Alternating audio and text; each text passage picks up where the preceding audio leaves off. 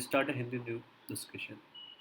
पहले पेपर पे न्यूज़ है रिलेटेड टू कोविड। एक तो कोविड साथ में तो है ही, lack of oxygen people several in hospital people died, मतलब in Gangaram also, in Jaipur hospital also. तो ऑक्सीजन की कमी से लोग मर रहे हैं, बेड नहीं है। और साइड बाई साइड एक और नई चीज़ चली है, फायर।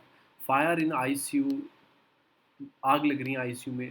तो एक तरह से ओवर, एक तो पेंडेमिक था ही और ऊपर से ये चीज़ और स्टार्ट हो गई है, फायर इन हॉस्पिटल। अभी आपने रिसेंटली कई बार सुना होगा फायर इन हॉस्पिटल मुंबई के में, कई जगह भी आग लगी आईसीयू में। तो वहाँ उससे भी डेथ हो रही है, दोनों कैजुअलिटी दे रही है। तो हम फायर सेफ्टी से रेगुलेशन जो है इंडिया की, उसको पढ़ेंगे और उस पर एक आंसर राइटिंग देखेंगे हम कैसे कर सकते हैं।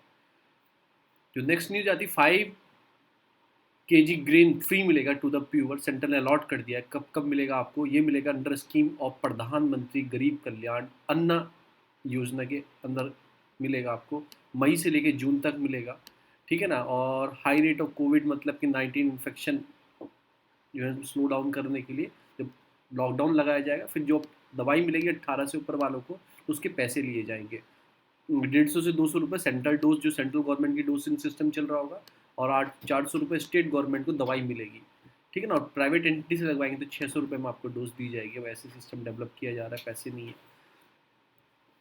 तो ये फ्रंट पेपर की न्यूज़ थी। ये फिर एक पढ़ना है तो पढ़ लेना। आसाम के पेपर मील्स थे वो बंद हो गए, तो उसकी वजह से लोगों को पैसे नहीं मिले थे बहुत बहुत महीने से। तो वो मतलब कि माल न्यूट्रिशन से, या फिर मतलब कि खाना नहीं है लोगों के पास, से उनकी डेथ हो रही है। तो इसके उसके ऊपर एक केस स्टडी आई है। अगर आपको लिखने के लिए आया तो आप एक बार पढ़ लेना। प्लांट बने हुए हैं पेपर मील्स। नेक्स्ट न्यूज़ सब जगह वही है, ब्लैकिंग चल रही है रेमडेसिविर की, ऑक्सीजन के लंगर चला रहे हैं। बहुत अच्छी बात है, ऐसे लंगर चलने चाहिए ऑक्सीजन के। 48 ऑक्सीजन ब्लैकिंग चल रही है, हर जगह मैन अरेस्टेड, मतलब कि 48 ऑक्सीजन सिलेंडर, तो गलत चीज़ है। डिप्लॉय आर्मी टू स्कोटे, मतलब कि व्हीकल ऑक्सीजन का इतना इंपॉर्टेंट हो गया, उसके लिए आर्मी डिप्लॉय करनी पड़ेगी। टॉप जो गुरुग्राम में हॉस्पिटल है, फोर्टेज हो गया, आपका मैदानता हो गया, शॉर्टेज ऑफ ऑक्सीजन है। इसमें एक न्यूज़ आई है, मैं आपको थोड़ा सा बता देता हूँ। ओपीडी एक्स ग्रेटा, मतलब कि एक ओपीडी थी आपकी सफदरजंग हॉस्पिटल में, उसमें जो गार्ड था उसकी डेथ हो गई थी ड्यू टू कोविड की वजह से। तो अब हाई कोर्ट ने बोला है उसको 15 लाख का टर्म्स का पैसे दिए जाएंगे, कंपेंसेशन दिया जाएगा, पेमेंट दिया जाएगा अंडर प्रधानमंत्री गरीब कल्याण योजना पैकेज। तो मैं इस स्कीम के बारे में आपको कम्प्लीटली बताता हूँ कि कैसे उसे पैकेज मिलेगा, क्या है उसे किस बेस पे दिया जाएगा। तो हम आते हैं अपने नोट्स पर। प्रधानमंत्री गरीब कल्याण योजना, जो स्कीम स्टार्ट होती है, सॉरी एक मिनट, प्रधानमंत्री गरीब कल्याण योजना ये लॉन्च होती है, जो लॉन्च होती है 2016 में लॉन्च हुई थी स्कीम ये। और प्रधानमंत्री जी ने लॉन्च की थी। टैक्स जो प्रोविजन था, tax law second amendment act आया था 2016 में, उसको देखते हुए ये स्कीम लॉन्च की गई थी। किसने लॉन्च की थी? मिनिस्ट्री ऑफ फाइनेंस ने लॉन्च की थी। और इसमें क्या कहा गया था, मतलब कि चीज़ों को क्या कहा गया था, जिस स्कीम में क्या था कि जो टैक्स लोग चुरा रहे हैं उस टैक्स को वापस कर, जो ब्लैक टैक्स है लोगों पे, आप गलत तरह से उन्होंने इकट्ठा किया है, अनकाउंटेड वेल्थ है उनके पास, या ब्लैक मनी है उनके पास, उसको आप डिक्लेयर कर सकते हो। आपका 50%, जैसे आपके पास 100 रुपये की ब्लैक मनी है तो 50% गवर्नमेंट रख लेगी, आपको कुछ भी सजा नहीं होगी। 50% गवर्नमेंट रख लेगी और 50% आपको दे दी जाएंगे, और उसमें से भी 25% गवर्नमेंट इन्वेस्ट करेगी। 4 साल के लिए इन्वेस्ट करेगी गवर्नमेंट 25, और उसके बाद आपको वापस दे दी जाएंगे। तो 100 रुपये, 50 रुपये आपको दे दी जाएंगे, 25 रुपये आप 4 साल के लिए आपके पास रखे जाएंगे। तो ये एक स्कीम आई थी प्रधानमंत्री गरीब कल्याण योजना। जो इससे पैसा आएगा, प्रॉफिट आएगा, वो गरीब के कल्याण के लिए यूज़ करना था। तो वो 2016 से करते आ रहे थे, पर पेंडेमिक आया तो इस स्कीम में लोगों को कल्याण करने के लिए पैसा कुछ गवर्नमेंट ने भी डाला, कुछ जो इसका पैसा इकट्ठा हुआ था उसको भी गवर्नमेंट ने इस स्कीम के अंदर डाल दिया। तो नेम है प्रधानमंत्री गरीब कल्याण योजना, ठीक है ना। उसके बाद फुल फॉर्म क्या है? प्रधानमंत्री गरीब कल्याण फुल फॉर्म है इसकी। लॉन्च कब हुई थी? दिसंबर 2016 को, मिनिस्ट्री ऑफ फाइनेंस के अंदर आती है, आपको ऐसे याद रखना है। जैसे ही पेंडेमिक अनाउंस हुआ तो प्रधानमंत्री जो गरीब कल्याण योजना थी 26 मार्च 2020 को, कि मतलब पेंडेमिक आया, लॉकडाउन लगा 23 मार्च 24 मार्च के आसपास लॉकडाउन लग गया, तो 26 मार्च 2020 को एक इनिशिएटिव लिया गया। 21 डे का जो लॉकडाउन लगाया गया था स्टार्टिंग में, the cost of Indian economic cost around 9 lakh crore, इतने का लॉस था। तो कुछ पैसा लोगों को प्रधानमंत्री गरीब कल्याण योजना से दिया गया। और ये भी अनाउंस किया गया जो भी है, मतलब हेल्थ केयर वर्कर्स हैं, जो भी हेल्थ केयर वर्कर्स हैं, उनको अगर उनकी मतलब उन्हें इंश्योरेंस दिया गया, कोविड इंश्योरेंस प्रोवाइड किया गया। अगर उनकी डेथ हो जाती है, कुछ प्रॉब्लम आ जाती है, तो 50 लाख का इंश्योरेंस। जो मैंने आपको अभी बताया, जो वहाँ पे वर्कर था, गार्ड था, सफदरजंग हॉस्पिटल की ओपीडी का गार्ड था, उसकी डेथ हो गई थी कोविड की वजह से। उसी को इसी के अंडर प्रधानमंत्री गरीब कल्याण योजना के अंदर 50 लाख का उसे पैकेज दिया जाएगा, क्योंकि वो इंश्योरेंस था, हेल्थ केयर वर्कर में वो आता था। और प्रोवाइड फ्री, मतलब कि 5 केजी व्हीट एंड 1 केजी, मतलब कि 5 KG wheat and rice, 1 KG pulses. 80 crore जो पीडीएस स्कीम के अंदर लोग आते हैं और उसके बाहर भी कुछ लोग आते हैं, उनको इस योजना के अंडर ही खाना दिया जाएगा। नेक्स्ट 3 मंथ जब ये लगा था 3 मंथ के लिए, तो नेक्स्ट 3 मंथ फिर अनाउंस किया गया, नेक्स्ट 3 मंथ जो इस साल में फिर अनाउंस किया गया, मई जून जुलाई में दिया जाएगा 3 मंथ के लिए फ्री अनाज। 20 करोड़ वुमेन को इस जनधन अकाउंट के अंदर, होल्डर के अंदर 500-500 रुपए डाले गए थे। आपने कोविड के टाइम में सुना होगा, 3 महीने तक लगातार जो प्रधानमंत्री जनधन योजना जिनके अकाउंट थे लिंक थे, तो वो भी इस स्कीम के अंदर डाले गए थे। फिर मनरेगा में जो पैसा इंक्रीज हुआ था, वेजेस 202 रुपये कर दिया था बढ़ा के, और इतने करोड़ बेनिफिट को फ़ायदा मिला था, वो भी इस योजना के अंदर किया गया था। Central government and give a order to state government to building of the construction worker welfare fund to provide the relief construction, मतलब जो कंस्ट्रक्शन फंड होता है स्टेट गवर्नमेंट का, अब लोगों के पास काम नहीं रहा, तो कंस्ट्रक्शन फंड का पैसा भी घुमा देना चाहिए, लोगों को दे देना चाहिए, ऐसा स्टार्ट हुआ था। अब बेनिफिट ऑफ द पैकेज, मतलब क्या क्या बेनिफिट थे, to reduce the loss of the outbreak, जो लॉस हो रहा था, गरीबों का लॉस हो रहा था, उसको रोकने के लिए ये सब चीज़ चलाई गई थी फॉर बीपीएल फैमिली के लिए। इंश्योर किया गया था 50 लाख का, मैं आपको बता चुका हूँ, कोई भी डेथ हो जाती है, इंक्लूडिंग 3 हेल्थ केयर वर्कर होते हैं, सफाई कर्मचारी, वार्ड बॉय होता है, nurses, ASHA worker, pandemic technical technician, doctor, जो भी हेल्थ केयर वर्कर जुड़ा हुआ है उसे हेल्थ केयर वर्कर में उसकी डेथ हो जाती है ये। फिर पल्सेस मैंने आपको बताया नेक्स्ट 3 मंथ तक आपको दी जाएंगी, ये भी सब प्रधानमंत्री गरीब कल्याण योजना के अंदर दिया जा रहा था। तो आपको ये मेन पॉइंट, जो प्री के पॉइंट है, 3 पॉइंट है, कब स्टार्ट हुई और किस मिनिस्ट्री के अंडर आती है, बस आपको ये याद रखना। अब इसके अंदर है क्या, मैंने ओवरव्यू आपको दे दिया। नेक्स्ट आते हैं हम रिलेटेड टू, आगे चलते हैं। अब हम पढ़ेंगे फायर सेफ्टी से रिलेटेड कुछ चीज़ें पढ़ लेते हैं फायर सेफ्टी से। फायर सेफ्टी क्यों ज़रूरत है, क्यों फायर सेफ्टी, क्या लॉसेस है, फॉरेस्ट फायर क्या होती है, मतलब, और फिर बिल्डिंगों में फायर लगती है उसका क्या अंतर है। एक तो कुछ फैक्ट याद रखो, आंसर लिखने के लिए काम आएगी। नेशनल क्राइम ब्यूरो रिकॉर्ड जो है आपका, वो बताता है कि 17,000 के आसपास, 17,500 के आसपास हर साल आदमी मारे जाते हैं, ठीक है ना। 48% डाई एवरी डे, तो 50 के आसपास रोज मरते हैं ड्यू टू फॉर, मतलब फायर एक्सीडेंट से, सॉरी, फायर एक्सीडेंट से। इन 2015 में ऐसे डाटा आया था, अभी दोबारा नहीं आया, आएगा तो पता लग जाएगा। और मोस्टली 62% वर द वुमेन। तो आप देखो, एक तो 50 लोग के आसपास डेली मारे जाते हैं, उसमें से भी मतलब 62%, यानी कि उसमें से भी 30 वुमेन होती हैं। ऐसा क्यों होता है कि वुमेन जो है वो ट्रेडिशनल फ्यूल यूज़ करती हैं, चूल्हा जलाना, फिर करना, फिर कुकिंग में वो काम करती हैं, रसोई में काम करती हैं, तो उसकी वजह से उन पर ज़्यादा इफेक्ट रहता है कि उनकी डेथ होने का ज़्यादा, इसलिए वुमेन मारी जाती है। तो आपको ये भी पता होना चाहिए कि वुमेन की जो है वो ज़्यादा है। फिर महाराष्ट्र गुजरात में जो है, ये जो ऐसी स्टेट है जो, मतलब कि इसमें accounting 30% of country fire accident, जो महाराष्ट्र है, गुजरात है, ये दो स्टेट ही ऐसे हैं जहाँ पे 30% के आसपास जो डेथ है इन्हीं स्टेट के अंदर होती हैं। डायरेक्ट को relation between the death due to the fire relation accident population density, जो सबसे बड़ा इशू जो है ना फायर का, पॉपुलेशन डेंसिटी होता है। जो ज़्यादा यहाँ पॉपुलेशन डेंसिटी, दिल्ली की पॉपुलेशन डेंसिटी ज़्यादा है, तो सबसे बड़ा इशू क्या होता है कि पॉपुलेशन डेंसिटी। और अर्बनाइजेशन बढ़ता जा रहा है, बताया कि 2050 तक हमारा 50 to 60% जो पॉपुलेशन है अभी कहाँ रहना स्टार्ट कर देगी, वो एक अर्बन एरिया में रहना स्टार्ट कर। तो अर्बन एरिया लीड करता है, मतलब किस चीज़ को, फायर्स को। और फिर इंडियन रिस्क सर्वे आया था 2018 में, इसमें आउटब्रेक फायर कॉजेज बताए गए थे कि इंडिया की रैंक जो है 3rd पोजीशन है फायर इंसिडेंट्स में, after northern and western region in India, specially in the northern and the western region in India. तो फर्स्ट सेकंड आपको बतानी है किसकी है, अकॉर्डिंग टू इंडिया रिस्क सर्वे के अकॉर्डिंग। कॉजेज क्या हो सकते हैं, कॉजेज थोड़े आप खुद सोचना। एक तो वायलेशन होता है सेफ्टी नॉर्म्स का, मतलब कि जो आपको बिल्डिंग बनानी है तो उसमें फायर सेफ्टी इक्विपमेंट्स होने चाहिए, फायर सेफ्टी एग्जिट्स होना चाहिए। वो लैक ऑफ स्टैंडर्डाइजेशन है, मतलब रेगुलेशन का जो स्टैंडर्ड रखना चाहिए ना, वो उसका प्रॉपरली नहीं किया जाता। तो एक violation of the safety norms बहुत बड़ा इशू है। मेजर कॉज यही है इंडिया में कि प्रॉपर तरीके से कमर्शियल बिल्डिंग को डेवलप नहीं किया जाता है। जो मल्टीप्लेक्स कॉम्प्लेक्स बनते हैं उनकी जो कंस्ट्रक्शन कोड है बिल्डिंग का, उसको फॉलो नहीं करते हैं। हाई रिस्क बिल्डिंग आपने देखा होगा, अभी मतलब गुजरात के अंदर वो 22-23 स्टूडेंट थे, डेथ हो गई थी, वो वीडियो भी निकली थी, छत पे से कूद रहे थे, क्यों? क्योंकि फायर सेफ्टी के लिए एक ही गेट था जाने का, उस पर आग लगी हुई थी, अंदर बढ़ती आ रही थी। अगर कोई फायर सेफ्टी का दूसरा एग्जिट गेट भी होता उस हॉल के अंदर जहाँ पे क्लासेस चल रही, तो बच्चे और बच जाते, उस गेट से निकल जाते। यही प्रॉब्लम होती है। फिर high risk building are more prone to fire accident as the lack of adequate in building fire protection system नहीं होता है। ठीक है ना, अगर फायर प्रोटेक्शन सिस्टम हो, ये बिल्डिंग है, इसमें फायर प्रोटेक्शन सिस्टम लगा, ऐसी आग लगी तो वो अपने आप फुहारा चलने लगता है, स्प्रिंकल चलने लगते हैं, तो आग बुझ जाती है, तो वो सिस्टम प्रॉपर नहीं होता है। पुअर स्टोर, जो आप बिल्डिंग में स्टोर करते हो चीज़ों को, तो पुअर तरीके से, एक तरीके से आपको पता है ये जलनशील पदार्थ है, ये फेमेबल पदार्थ है, दोनों एक साथ रख दोगे, मिक्स कर दोगे, उन्हें अलग रखना चाहिए, सेफ्टी नेम्स होने चाहिए, तो पुअर स्टोर गुड, ये भी एक तरीका है। Unclear provision of fire safety audit, जो फायर सेफ्टी ऑडिट किया जाता है, बिल्डिंग बन के तैयार हो जाती है, फिर फायर जो डिपार्टमेंट होता है वो ऑडिट करता है बिल्डिंग का, वो एक तरह से अनक्लियर प्रोविजंस है, क्या क्या प्रोविजंस होने चाहिए वो अनक्लियर है लोगों के सामने। Fire safety audit aim to assess fire safety standard, organisation, occupancy of building, ठीक है ना, ये कितनी इसमें लोग क्षमता है, कितने बैठने, सब चीज़ मेंशन होनी चाहिए।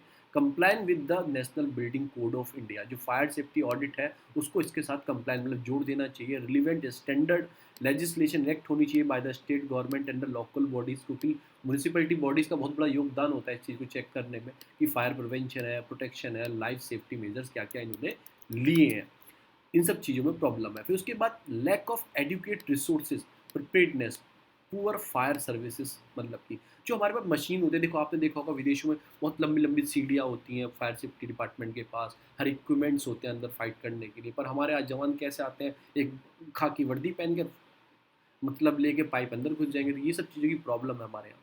बेस्ड ऑन 2011 में एक स्टडी की जाती है, 65% और डिपेंडेंसी वॉज रिपोर्टेड, मतलब कि डिफिशियंसी चेक देखी गई है, किस चीज़ में देखी गई है, फायर स्टेशन में 2011 में एक सर्वे कराया गया था। और home ministry, according to the home ministry, 144 town with a population of 1 lakh is huge deficiency of fire fighting infrastructure ही डेवलप नहीं है। जो 78% जो बजट अलॉट होता है, जैसे 78% जो बजट, मतलब जो 100% बजट अलॉट होता है उसका 78% जो बाइंग द, जो हमें सामान खरीदना है उस बजट का, वो मतलब अभी तक अनयूज्ड है। तो आप खुद लगा सकते हो 2010 से 2015 तक जो स्टेट को बजट दिया गया था कि आपको ये पैसे दिए जा रहे हैं, आपको इसमें फायर सेफ्टी क्या खरीदना है, इक्विपमेंट्स खरीदने हैं, उसको अनयूज है, 78% उसको यूज़ ही नहीं किया गया था उस टाइम पे। तो ये भी एक रीज़न है, पैसा मिला है तो यूटिलाइज करो उस चीज़ को। फिर fire service is a state subject, ये एक स्टेट का सब्जेक्ट है, और इसे म्यूनिसिपल फंक्शन मतलब कि में आता है, ये स्टेट का सब्जेक्ट है।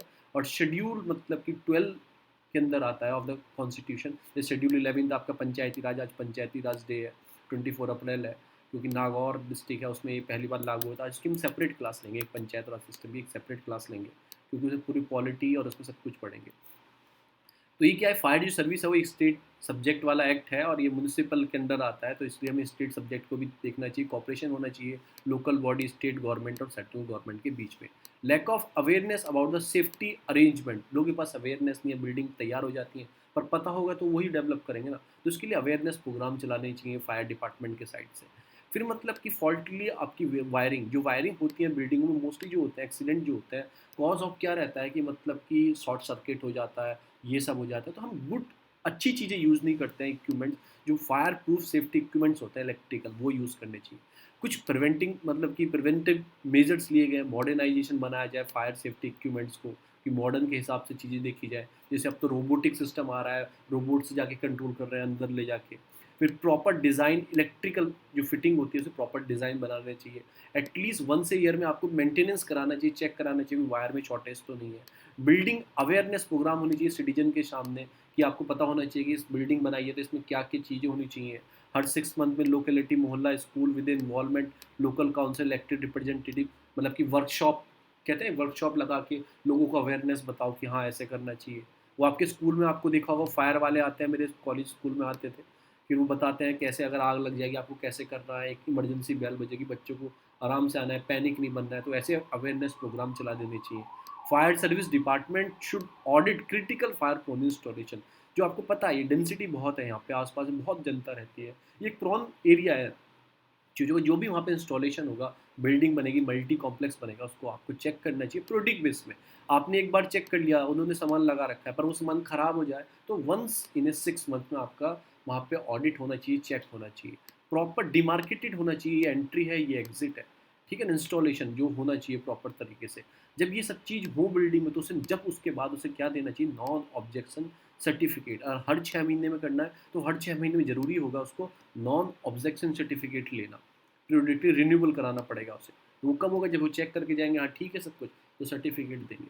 अब वे फॉरवर्ड हम क्या लिख सकते हैं कि fire service is state subject has been including as a municipal function में ही आता है ऑफ द कॉन्स्टिट्यूशन। मैंने आपको बताया तो स्टेट सब्जेक्ट है, उसमें भी म्यूनिसिपल लोकल बॉडीज़ के अंदर आता है। All state should be required to mandatory मतलब compliant with such a fire future जो होनी चाहिए मैंडेटरी कर देनी चाहिए। सर्टिफिकेशन फैसिलिटी होनी चाहिए, वही जो मैंने आपको बताया क्या क्या होना चाहिए। सर्टिफिकेट फैसिलिटी होनी चाहिए, थर्ड पार्टी ऑडिट मतलब ना मैं करूँ ना वो जो फायर सेफ्टी वाले करें, कोई भी individual independent third party audit करे चीज़ों का, ठीक है ना। बॉर्डर मतलब कि level of government should be indifferent, मतलब ये सारी चीज़ें private public private commercial building होती हैं, ऑफिशियल एजेंसीज होती हैं, फेवर होनी चाहिए tokenism rather than the high standard of the standard, मतलब चीज़ों को एक रिलेवेंट बनाओ, ऐसा नहीं आपने स्टैंडर्ड इतने हाई रख दिए फुलफिल नहीं कर पा रहा है। तो इन सब चीज़ों का ध्यान रखना चाहिए। इसमें मैंने बताया 2050 तक almost 70 world population live in the cities, तो सिटीज़ में आ जाएगी। इसकी बहुत बड़ा इशू है फायर सेफ्टी का हम लोगों के सामने, ये आप पढ़ लेना। फिर आता है फॉरेस्ट फायर, क्योंकि बिल्डिंग फायर तो डिफरेंट है, इनके लिए तो ऑडिट वॉडिट होना चाहिए। फॉरेस्ट फायर के लिए कौन सा ऑडिट करोगे, जाके ऑडिट जंगल जंगल करोगे, वो नहीं हो सकता। फॉरेस्ट फायर अलग है। जो 90% जो फॉरेस्ट फायर होती है ना, वो इंसानों के कारण होती है, एंथ्रोपोलॉजिक रहती है, कॉजेज रहते हैं। नेचुरल जो रहती है 10%। तो एक डिफरेंस हमने क्रिएट किया है कि एंथ्रोपोलॉजिक क्या होती है एक्टिविटीज़ जो आदमियों के द्वारा होती है। स्मोकिंग, आपने जंगल में खड़े होकर सिगरेट पी, आपने फेंक दी, आप चले गए, पर वहाँ पे ड्राइनेस रहती है, मतलब कि ड्रॉट रहता है तो ड्राइनेस रहती है बहुत लंबी, तो हल्की हल्की आग पकड़नी स्टार्ट कर दी। सबसे बड़ा कारण यही है ग्लोबली, जो कारण है कॉजेज ऑफ फायर का, डेथ का ग्लोबली, वो स्मोकिंग सबसे बड़ा कारण है। सिगरेट को आप फेंक देते हो, तो आपको याद रखना है कभी जंगल में जाना है, अगर स्मोक करते हो आप, तो आपको उसे फेंकना है और उसे पूरी प्रॉपर तरह से डिस्पोज करना है। फिर होती है कैंप फायर, कैंप फायर बोल दो, बॉन फायर बोल दो, आप घूमने जाते हो during the campaigns outside the activity, मतलब आप कहते हो भैया बॉन फायर आग लगा दो, हमें इसमें बैठना है, तो आप क्या करते हो मोस्टली वहाँ पे हवाएं चलती हैं, उससे उसके उड़ के चला जाता है, या फिर आप उसे बुझाते नहीं, छोड़ के ऐसे ही आ जाते हो मटेरियल को वहीं पे, अच्छी तरह से प्रॉपर डिस्पोज नहीं करते हो उसे अच्छी तरह से, मतलब टोटली एक्सटिंग्यूश नहीं करते हो कि अवॉइड हो जाए फायर डिजास्टर को, तो उसका भी ध्यान रखना है आपने, अगर आप पे कहीं गए हो तो उसका ध्यान रखना है।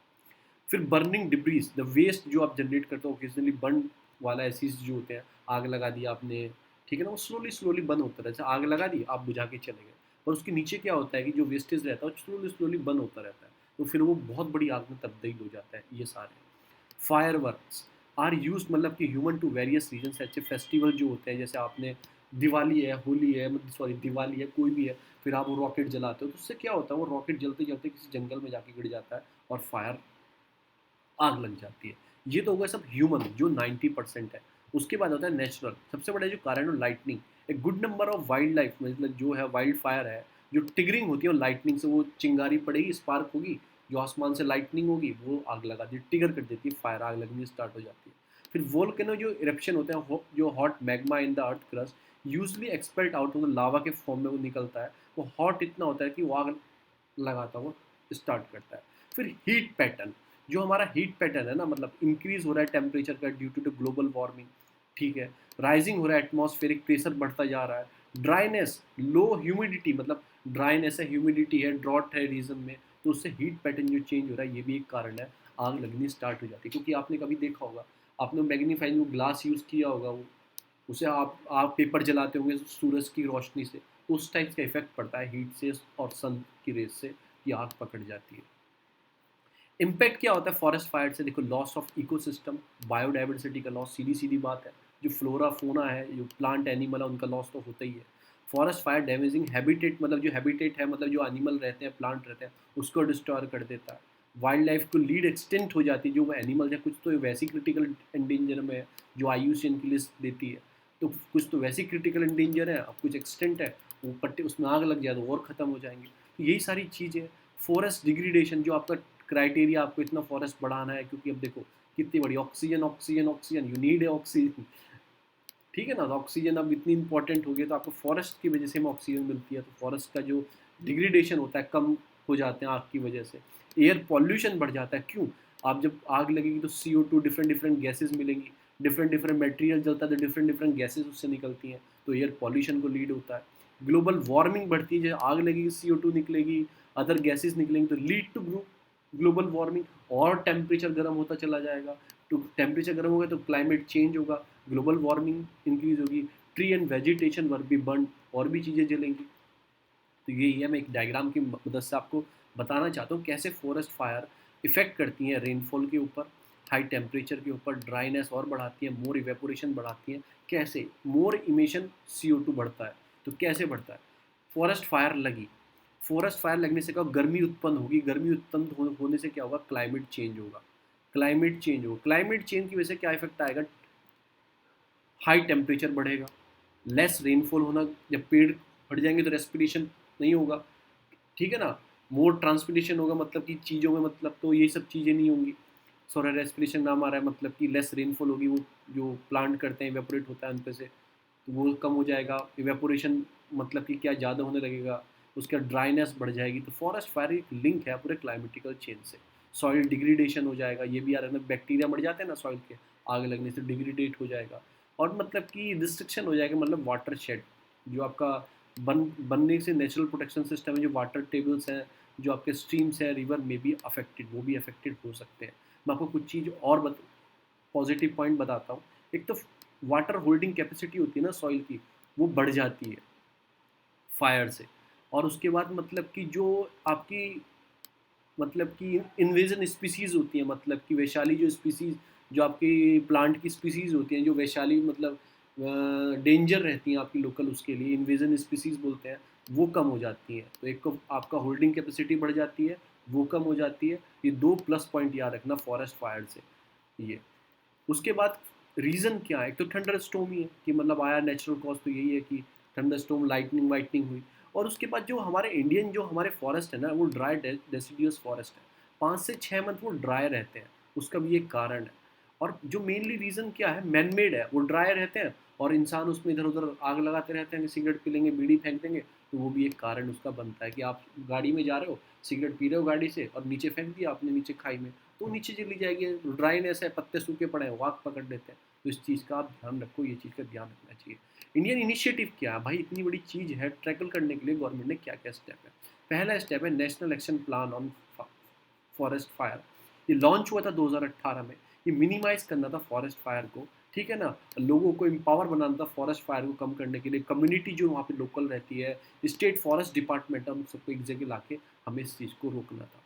प्लान क्या था कि मतलब इंटेंडेंट होना था, सबसे रिड्यूस करना था वर्नेबिलिटी को, जो फायर, देखो इंडिया के जो फॉरेस्ट है ना बहुत वर्नेबल है फॉरेस्ट फायर के लिए, उसको थोड़ा कम करना था। It also aim to enhance the capability of forest person, जो वहाँ पे इंस्टीट्यूशन है, फॉरेस्ट पर्सन है, जो फाइटिंग फायर मैंस हैं, उनको मतलब कि रिकवरी के लिए, फायर एक्सटिंग्विश, उन्हें और उनकी कैपेबिलिटी को इनहेंस करना। कैसे कर सकते हो? उन्हें इक्विपमेंट देके, मॉडर्न इक्विपमेंट देके, मॉडर्न ट्रेनिंग देके, तो इनकी कैपेबिलिटी को इनहेंस कर सकते हो। फिर उसके लिए forest fire prevention and management scheme चलाएगी गवर्नमेंट की तरफ से। ओनली सेंट्रल फंडेड प्रोग्राम है ये, specialise dedicated to assist state to dealing with the forest fire. जो गरीब, मतलब गरीब in the sense comparative Uttarakhand हुआ, हिमाचल प्रदेश हुआ, नॉर्थ ईस्ट की स्टेट हुई, ये थोड़ी मतलब ऐसी स्टेट है, ये विदाउट सेंट्रल की मदद से नहीं कर सकती। तो गवर्नमेंट ने उसके लिए forest fire prevention management scheme run की। फिर जो ये आपकी FPM स्कीम, जो उसको रिप्लेस किया गया, intensified of the forest management scheme 2017 में। According to the central state cost जो रहेगी, फॉर्मूला लेके आई 9-10T। देखो मैंने बताया ना 90-10, जो सेंट्रल की स्टेट और नॉर्दर्न ईस्ट और हिमालय स्टेट रहेंगी, उनको मतलब 90% जो पैसा सेंट्रल गवर्नमेंट देगी, 10% को खुद यूटिलाइज करना पड़ेगा। और जो अदर स्टेट है उसमें 60-40 का, 60% सेंट्रल, 40% ये स्पॉन्सर स्कीम बोल सकते हैं इस एक तरीके से। फिर इसके बाद नेशनल एफॉरेस्टेशन प्रोग्राम चलाया गया, मिशन ग्रीन इंडिया प्रोग्राम चलाया गया, ये सब चीज़ें प्रोग्राम को रन किया गया, ठीक है ना। As part of the national mission of green India, इसे under a national action plan of climatical change. अगर आप पॉलिटिकल एक्शन, मतलब सॉरी पॉलिटिकल नाम आ रहा है, इन्वायरमेंट की, अगर आपने शंकर IAS पढ़ी है, उसमें ये सर्च करना national action plan of climatical change. बहुत सारे प्रोग्राम है, डायरेक्टली आंसर पूछा जाता है, जितने प्लान है ना वो ऑप्शन में देगा, पूछेगा कौन कौन से national action plan of climatical change में आते हैं। तो उसमें से एक प्लान जो है national mission for green India, वो इसी का पार्ट है, इसी का पार्ट है फॉरेस्ट कवर को बढ़ाना। नेशनल का जो डिटरमाइन है कि 33% हमें फॉरेस्ट करने हैं, जोग्राफिकल रीजन, जैसे हमारा 100 बीघे का है तो 33 बीघा उसमें क्या होनी चाहिए, फॉरेस्ट जो हमारा कंट्रीब्यूशन हमें इतना करना है। उससे क्या होगा, जो 2.5 to 3 बिलियन जो टन जो कार्बन ऑक्साइड है, जो चीज़ है वो कम हो जाएगी 2030 तक, हमारा ये टारगेट है। तो आपको कमेंट में बताना है, जो फॉरेस्ट सर्वे रिपोर्ट आई है उसमें अभी हमारा कितना फॉरेस्ट हो चुका है, वो आपको कमेंट में बताना है, किस स्टेट में ज़्यादा है, किस स्टेट में कम है। ये मैंने चीज़ मैं आपको पढ़ाया भी था, पूरी रिपोर्ट पढ़ाई थी, शायद मैं दोबारा रिवीजन कर दूंगा, इंडियन फॉरेस्ट रिपोर्ट में क्या क्या हुआ। अब हमें करनी है एक मेन आंसर राइटिंग, वो है the idea approach for India to deal with the pandemic like कोविड-19 टू क्लियर, मतलब कि पब्लिक हेल्थ फोकस क्या है while addressing the fear at individual level. हर इंसान की जान कीमती है, तो इंडिया ने डील क्या किया है जो प्रॉब्लम चल रही है कोविड-19, डिस्कस इन 250 वर्ड और 150 वर्ड, ये ऐसा आपको पूछ सकता है। तो हमने स्टार्ट करेंगे चैलेंजेस क्या क्या फेस कर रहा है। एक तो ये कोविड-19 स्प्रेड हो रहा है, ये एयरबॉर्न ड्रॉपलेट्स हैं।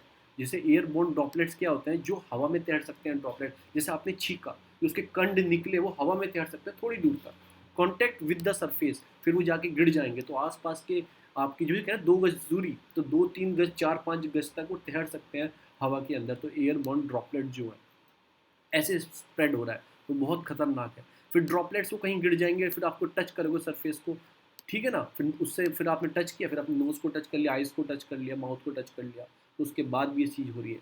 और फिर इंडिया की सबसे बड़ी प्रॉब्लम क्या है, लार्ज पॉपुलेशन है। आपने दिल्ली, मुंबई जो आसपास एरिया, बहुत बड़ी पॉपुलेशन है, ट्रैवलिंग एंड वर्कर पॉपुलेशन। आपको बता दूं, पूरे इंडिया की जितनी पॉपुलेशन है उसमें नियर अबाउट 40%, नियर अबाउट 40% जो पॉपुलेशन है वो आपकी माइग्रेटिंग पॉपुलेशन है, जो एक स्टेट से दूसरे स्टेट में वर्क ढूंढने जाती है। कुछ भी हो सकता है बाय पुश और पुल मेथड, कोई भी मेथड हो। दो मेथड होते हैं काम करने, पुश और पुल। आप 11वीं क्लास या 12वीं क्लास की ह्यूमन ज्योग्राफी की बुक पढ़ोगे तो पता लग जाएगा पुश मेथड क्या होता है और पुल मेथड क्या होता है। पुश मेथड क्या होता है मैं आपको बताऊँ, वहाँ पे कोई गाँव से निकाल दे, मतलब उन्हें मतलब कि बेदखल कर दे, ऐसी चीज़ उसको पुश, धक्का दे के निकाल दिया, ऐसे बोलते हैं ना। पुल मेथड क्या होता है कि उसे गाँव में काम नहीं मिल रहा पर शहर में काम मिल रहा है, बच्चों को अच्छी शिक्षा मिल रही है, तो खुद अट्रैक्ट होके आ जाएगा, उसे बोलते हैं पुल मेथड। तो ये होते हैं पुश और पुल मेथड, ऐसे होते हैं। आप बार देख लेना। पुअर पब्लिक हाइजीन है, मतलब कि हाइजीन नहीं है, वो लोग कहीं भी कैसे भी रह रहे हैं। स्वच्छ भारत तो हम क्लीन प्रोग्राम तो लिया है, पर अभी भी कहीं भी थूक देते हैं, कहीं भी स्प्लिट कर देते हैं, हाइजीनिक हमारे अंदर नहीं है। Dryers reservoir of the virus, मतलब कि क्या मोबाइल फ़ोन कीबोर्ड, मतलब कि एक्सटेंड हैंड है सम ऑफ द डटियर, मतलब चीज़ें हैं। फिर उसके बाद अननोन, मतलब कि इंक्यूबेशन पीरियड नहीं है, मतलब कि interval between the infected and आपके showing the symptoms is not very accurated नहीं है, कि पता नहीं लग रहा किसको है क्या है, ठीक है ना। मुझे लगता है कि मैं कई बार होकर निकल गया मेरे अंदर से। तो ये सब चीज़ें हैं। सुपर स्प्रेडिंग डिसीज़ एक तो ये, तो सुपर स्प्रेडिंग डिसीज़ है, तो ये होगी सारी कोविड के बारे में और इंडिया के रिलेशन के बारे में। Large population, not poor, hygienic problem नहीं है, इंक्यूबेशन पीरियड को पता नहीं है, नोन है क्या क्या होता है इसमें, ठीक है। सुपर स्प्रेडिंग इसकी डिसीज़ है एकदम, 1 से 4 में, 4 से 8 में, 8 से 10 में, 10 से 100 में, 100 से 1000 में ऐसे फैलती है। फिर रूमर्स हैं सोशल मीडिया पे, कोई कहता है भाप ले लो, अब फिर उसके बाद बीबीसी की रिपोर्ट आती है, यूनिसेफ की रिपोर्ट आती है कि भाप लेने से आपको ज़्यादा आपका जो इंटीरियर थॉट है, जो मतलब कि ऊपर आपका नली है वो सारी जल जाएगी, तो जल्दी आपको हो सकता है। ऐसा प्रॉपर कोई एविडेंस नहीं है कि भाप लेने से, तो ये चीज़ें चल रही हैं। कोई कहता है ऐसे कर लो, कोई कहता है वैसे कर लो, कोई कहता है कोई ये दवाई खा लो, कोई, तो ये रूमर्स हैं, वो एक बहुत बड़ा कारण है सोशल मीडिया की वजह से। फिर United nation conference of trade जो आपकी डेवलपमेंट है, said virus outbreak could cost globally 2 trillion this year. ये 2020 की बात बता रहा हूँ, जब 2021 खत्म हो जाएगा तो 2 ट्रिलियन जो लॉसेज हुआ है, वो यूनिसीटेड ने बताया 2 ट्रिलियन का लॉस हुआ है। अब जो उसके बाद आएगा 2021 में कितना लॉस होगा स्पेशली इंडिया का, वो आपको बाद में पता लगेगा। तो इससे क्या हो रहा है, ट्विन चैलेंजेस फेसेस करने पड़ रहे हैं इंडियन गवर्नमेंट को, एक तो वायरस से भी और इकोनॉमी से भी। और अब तो ट्विन क्या बताऊँ, अब तो हेल्थ से भी लिख दो आगे, चाहे आपको लिखना है तो twin balancing the thrive challenges face करने पड़े। Step taken by the India, कुछ स्टेप लिए हैं, जैसे कंटेनमेंट फेस वाइज डिटेक्ट किया है कि कंटेनमेंट जोन है, ये मेजर सिटी है, टाउन है, जैसे आपको देख ही रहे हैं, तो इसमें कंटेनमेंट फेसेस में, फिर डिले फेसेस में, मतलब लार्जली जो सोशल डिस्टेंसिंग स्ट्रेटेजी फॉलो की गई है, फिर मिटिगेशन फेज चलाया गया है। और आप भी और भी लिख सकते हैं इसमें, triple T test, treat and treat and target, कुछ ऐसी है, ट्रिपल टी की स्ट्रेटेजी है, वैक्सीनाइजेशन देना है, ये वो सब। Addressing the fear at the individual level क्या किया है, this is need to good reporting standard, the media should be ability to ethical framework for journalism. मन मीडिया को अच्छे से काम करना चाहिए, लोगों को डरा देना नहीं चाहिए कि अब भागेगा कोरोना, इतनी मौतें, ये वो चीज़ दिखा के डराना, पैनिक नहीं बनाना चाहिए। ICMR advice to government to go a, मतलब कि partial shutdown to implement the partial lockdown, restricting to travel from the country and reporting the major number of infected कहाँ पे हो रहा है। ICMR ने बोला कि पार्शियल लगाओ, फुल लॉकडाउन मत लगाओ। Order to deal with the future epidemic, मतलब कि फ्यूचर में एपिडेमिक हो सकता है need for a coordination strategy between union and state, साथ में मिलकर काम करना चाहिए। आपने कल ही मीटिंग में देखा होगा। और जो हेल्थ सब्जेक्ट है can be transfer to concurrent list, ये मेजर सब्जेक्ट है। अभी क्या है, जो इंडियन कॉन्स्टिट्यूशन में हेल्थ जो है वो आपका स्टेट लिस्ट में आता है, उसको ट्रांसफर करके कॉन्करेंट लिस्ट में लाना चाहिए और दोनों को साथ मिलकर काम करना चाहिए। तो हमने ये आंसर राइटिंग देख ली, क्या क्या चीज़ें, और आप लिख सकते हो समझदार हो कि पेंडेमिक से क्या क्या प्रॉब्लम फेस हुई है। प्रॉब्लम लिखना, डिसएडवांटेज लिखना, एडवांटेज लिखना, फिर आप उसमें बताना कि क्या क्या करना चाहिए था वे फॉरवर्ड में। बॉडी से स्टार्ट करना कि कोविड कब से स्टार्ट हुआ, कहाँ से जनरेट हुआ, ये स्टार्टिंग से स्टार्ट करना, इंट्रोडक्शन से। फिर बॉडी में आपका एडवांटेज डिसएडवांटेज, वे फॉरवर्ड में क्या क्या गवर्नमेंट को करना चाहिए, जो आईसीएमआर की रिकमेंडेशंस हैं जो बताया उन्होंने कि पार्शियली लॉकडाउन लगाना चाहिए, रिस्ट्रिक्शन लगाना चाहिए, इंक्रीज़ करना चाहिए मेडिकल फैसिलिटी को, ठीक है, हेल्थ इमरजेंसी लगानी चाहिए, वे ऑफ फॉरवर्ड में आपको लिखना है। और कंक्लूजन में एक दो लाइन लिख के, health sector is the most important sector to be growthness because health sector can be effect on economy just like we seen in the COVID. तो इन सब चीज़ों का ध्यान रखना चाहिए। तो ये हो गया हमारा, जो मैंने आपको बता दिया। आपने पीडीएफ से, अगर इसकी पीडीएफ आपको चाहिए तो वीडियो की डिस्क्रिप्शन बॉक्स में लिंक है, वहाँ पे आपको लिंक इसका ग्रुप का लिंक है टेलीग्राम पे, वहाँ पे आपको इसकी पीडीएफ मिल जाएगी फ्री ऑफ कॉस्ट। अब आते हैं अपने हिंदू पे। तो मैंने आपको बता दिया क्या क्या प्रॉब्लम्स हैं, किस स्कीम के अंडर पैसा दिया गया। फिर आज क्या है कि आइसोलेशन कोचेज़, मैंने तो ये अब देखे हैं, पिछले बार बने थे, ये पहली न्यूज़ देखी है कि आइसोलेशन कोचेज़ का भी यूज़ अब करना स्टार्ट कर दिया है। तो ये चीज़ मैंने देखा है। हॉस्पिटल हेल्पलेस हो गए हैं, पेशेंट हेल्पलेस हो गए हैं, लोग मर रहे हैं, झूठ नहीं सच में मर रहे हैं। फिर इंफीरियल जो, अब आते हैं हम अपने एडिटोरियल में। पहला क्या है, इंडियन कोविड क्राइसिस, मैं आपको पढ़ा चुका हूँ, तो आपको ऑक्सीजन का कंट्रोल स्ट्रेटेजी क्या होनी चाहिए, स्टेप टू टेकिन मैंने आपको बता दिया है क्या क्या होने चाहिए, ठीक है ना। आपको पढ़ना है तो पढ़ लेना, इतना इंपॉर्टेंट नहीं है। उसके बाद आता है कि hospital fires rising along with the pandemic. एक तो पेंडेमिक चल रहा है और हॉस्पिटल फायर इंक्रीज हो रही है, 60,000 cases, losing the few hundred life daily. The second wave में मतलब कि ऑफ द पेंडेमिक, मतलब ऐसा केसेस राइज हो रहे हैं महाराष्ट्र में, हर दिन 60,000 केसेस, मतलब ऐसे बढ़ते जा रहे हैं बढ़ते जा रहे हैं, ठीक है ना। उसके बाद ये डेथ भी हो रही है लोगों की। उसके साथ साथ क्या चल रहा है कि आईसीयू में मतलब कि फायर जा रही है, उससे भी लोग मरना स्टार्ट हो गया है। अभी 14 लोग मरे हैं, मतलब कि इलनेस कोविड डाइट, जो पेशेंट थे उनकी डेथ हो गई है, किस चीज़ की वजह से, फायर की वजह से। देखो, एक तो ऑक्सीजन हो गया, दवाई हो गई, और उसके बाद अब फायर एक नया इशू आया। Oxygen support hospital test to limited है, ठीक है ना। Hospital fire has been reported Maharashtra, Gujarat, Andhra Pradesh partially. The state authority should have able to document their building to check list of safe patient. तो ये देखो, ये चीज़ें गुजरात, महाराष्ट्र, आंध्र प्रदेश प्रॉनी एरिया माने जाते हैं फायर के। उसके बाद आता है, अभी इलेक्शन थे, कहाँ पे इलेक्शन चल रहे थे, मतलब कि वेस्ट बंगाल में। तो हाई कोर्ट ने बोला, फिर इलेक्शन कमीशन ने क्या कर दिया, रैली पे रिस्ट्रिक्शन लगा दिया कि आप रैली नहीं कर सकते, गैदरिंग नहीं कर सकते, आपको करनी है not more than 500 people will allowed now, कि 500 पीपल, अब रैली में 500 लोग आने स्टार्ट होंगे। The parties and candidate were not other in safety protocol, मतलब तोड़ना नहीं है ना पार्टी को ना उसको, क्योंकि इलेक्शन कमीशन के अंडर में है।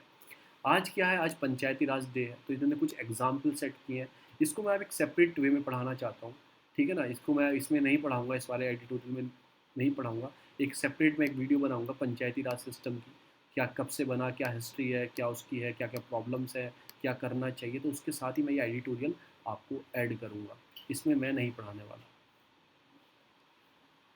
क्योंकि प्री के साथ साथ मेंस का भी इशू है, लोकल गवर्नमेंट का शेड्यूल।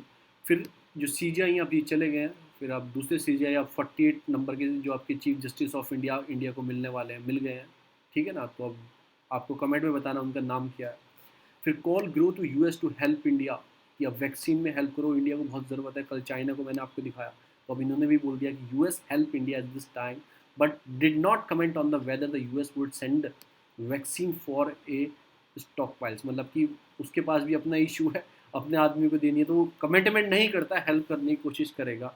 फिर 25 प्रोडक्शन साइट अप्रूवल दे दिया गया, रेमडेसिविर को अप्रूवल दे दिया गया है, जो अभी हम 40 लाख रुपए हर मंथ, मतलब 40 लाख डोसेस, 90 लाख डोसेस हर मंथ बना रहे थे, यानी कि near about 40 lakh doses her month बना रहे थे। अब 3 से 4 लाख डोसेस पर डे बनाने का हमने स्टार्ट होने वाला है, मास प्रोडक्शन स्टार्ट होने वाला है। फिर आपका एएफएमसी जो है, arm force medical college services जो है, उन्होंने मतलब इंपोर्ट करना स्टार्ट कर दिया विदेशों से मेडिकल ऑक्सीजन, मतलब 23 ऑक्सीजन प्लांट को उन्होंने वहाँ से इंपोर्ट करना स्टार्ट कर दिया। हेलीकॉप्टर से लाएंगे, किस चीज़ से लाएंगे।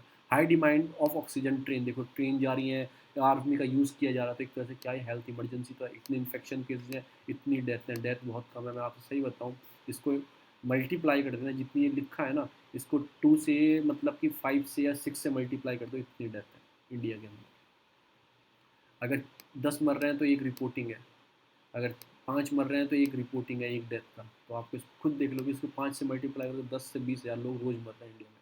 उसके बाद इमरजेंसी में मतलब वीराफिन, ये आपकी जेडियोस कंपनी जो है, जेडियोस, उसको मतलब वो उसने वैक्सीन बनाई है किस चीज़ की, मतलब कि कोविड की। तो डीजीसीआई, ड्रग कंट्रोलर, ये मिनिस्ट्री ऑफ हेल्थ के अंदर आती है। सीडीएसओ जो है उसकी हेड जो होते हैं वो उनका नाम होता है drug controller general of India, जो उसके हेड होते हैं। तो मिनिस्ट्री ऑफ हेल्थ के अंदर आता है, ये अप्रूवल देती है। मैं 2-3 बार 4-5 बार पढ़ा चुका हूँ, इसको अभी रिपीट नहीं करेंगे ना। अप्रूवल दे दिया जेडीएस की आपकी वीराफिन वैक्सीन को। जो कोविशील्ड एस्ट्रेजेनिक कोविशील्ड जो वैक्सीन है आपकी ऑक्सफोर्ड वाली जो वैक्सीन है, ये against the dual mutation protect कर रही है लोगों को, ऐसा स्टडी बोल रही है। तो आपको जल्दी से कोविशील्ड जाके लगवा लो। ब्लड ब्लड क्लॉटिंग तो नहीं हो रही, बस आपको लगवा लो। फिर म्यांमार में प्रोटेस्ट स्टार्ट हो गया है कि अभी एशियान एशियान की मीटिंग होने वाली है, तो उसमें जुंटा जी जो है, उनके मिलिट्री लीडर जो है, वो उसमें पार्ट करेंगे। तो लोगों ने वहाँ पे स्टार्ट कर दिया है कि मतलब कि प्रोटेस्ट स्टार्ट कर दिया है। Open permanent base of HK, China national security मतलब कि ओपन परमानेंट बेस का कहाँ पे डेवलप करने वाले हैं, एचके में, हांगकांग में एक परमानेंट बेस डेवलप करने वाले, जितना आपको याद रखना है।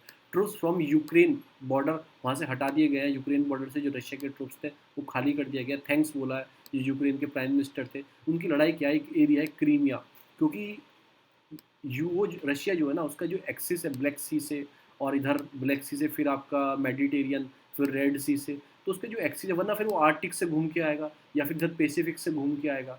तो उसे क्रीमिया एक ऐसी जगह है जिससे एक्सिस मिलता है ब्लैक सी से, ब्लैक सी से स्टेट ऑफ बॉस्फोरस होके निकल के उसे फिर रेड सी में, मेडिटेरियन सी से, फिर मेडिटेरियन रेड सी से फिर आपका इंडियन ओशन में, या फिर मेडिटेरियन से इधर आपका इधर चली जाएगी वो मतलब कि अमेरिका यूरोपियन वाली साइड। तो उसे एक्सेस मिलता है। तो क्रीमिया एक जगह है, तो रशिया उसको कभी छोड़ना नहीं चाहता, तो उसके ऊपर लड़ाई चलती है। तो यूक्रेन अपना बताता है, रशिया अपना बताता है, तो इनके बीच में लड़ाई चलती है। तो ऑब्वियसली रशिया पावरफुल है तो कर लेता है हैंडल। तो अभी क्या हुआ है कि इंडोनेशिया में मतलब ई कोटिंग सिस्टम स्टार्ट हुआ है कि जो आपके एग्जीक्यूट थे, मतलब प्रिजनर थे, वो डेथ पेनल्टी दी गई थी। तो अब ई कोर्ट के ज़रिए उनके मतलब कि सेंटेंस चलेंगे, उनकी मतलब कि सुनवाई होगी।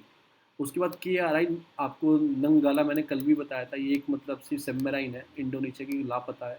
इसको ढूंढने के लिए हर देश आगे आ गया है। तो बहुत सारे देश सर्च कर रहे हैं, इंडिया भी सर्च कर रहा है कहाँ पे गायब हो गई। तो आपको याद रखना है के आर आई नंगाला। तो इतनी ही न्यूज़ थी रिलेटेड टू द न्यूज़पेपर के अकॉर्डिंग। मैंने आपको 2 आंसर राइटिंग बताई, वो आप कर लेना। और हम पंचायती राज जो सिस्टम है उस पर एक सेपरेट पढ़ेंगे, क्योंकि पॉलिटी से लिंक है उसका। इसके लिए मेन सर दोनों ही वहीं पे एडिटोरियल पढ़ेंगे। Okay, thank you so much.